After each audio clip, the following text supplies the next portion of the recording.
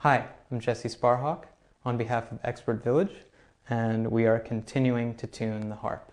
I can be reached at www.myspace.com/Jesse Sparhawk. When we've reached as close to perfection as my hearing can comprehend, with harp, especially when you're playing in ensembles, you're better off erring on the side of being slightly higher than you might need to be than lower, because the relationship with other instruments, it's just better to be slightly sharp than flat. So anyway, so we've got this first perfect fifth between A and E tuned.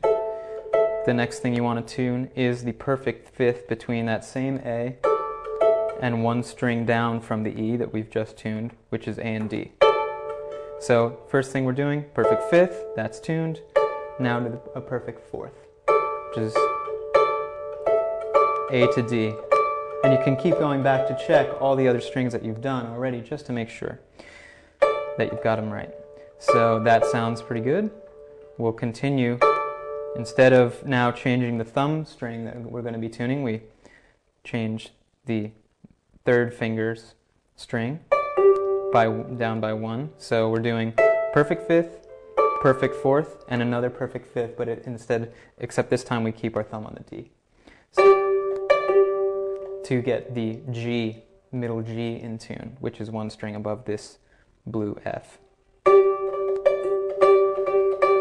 So A, E, A, D, G, D, all sounding pretty good.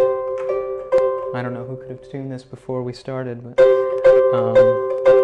then the next thing after the G and the D, skipping to one string down with the thumb again, to G and C. So this red string above middle C.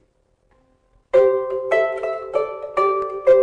we've got that perfect fourth in tune, and now we're going to, instead of doing any more perfect fourths or perfect fifths, we're going to continue with an octave. So we're getting this octave, the C octave, in tune, which is basically your middle C octave, going from the middle C, my fourth finger here, to the C above, an octave above, 8 strings apart. So now we've got this octave in tune, and we go to a perfect fourth again, but this time above that low C that you've just tuned, to the F. Everything's sounding pretty good. We can even go back very quickly just to give a little review of what I've done. Perfect fifth, perfect fourth, perfect fifth, perfect fourth, an octave, and another perfect fourth, and then to our last perfect fourth. Now this brings up an interesting issue with the folk harp, which is that you can tune it prior to, depending on what piece you're playing, there are alternate tunings for harp. So in this case, this harp is actually tuned to the F major scale, which would mean I can play F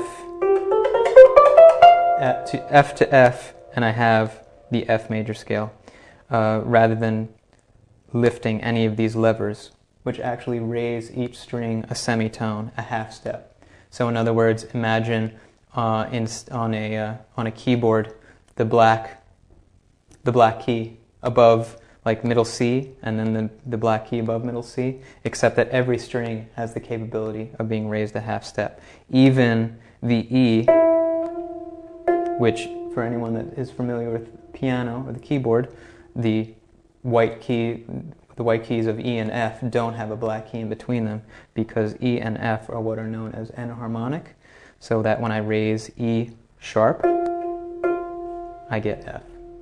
They're the same note. If you notice that I'm plucking both the middle E and F and getting the same tone.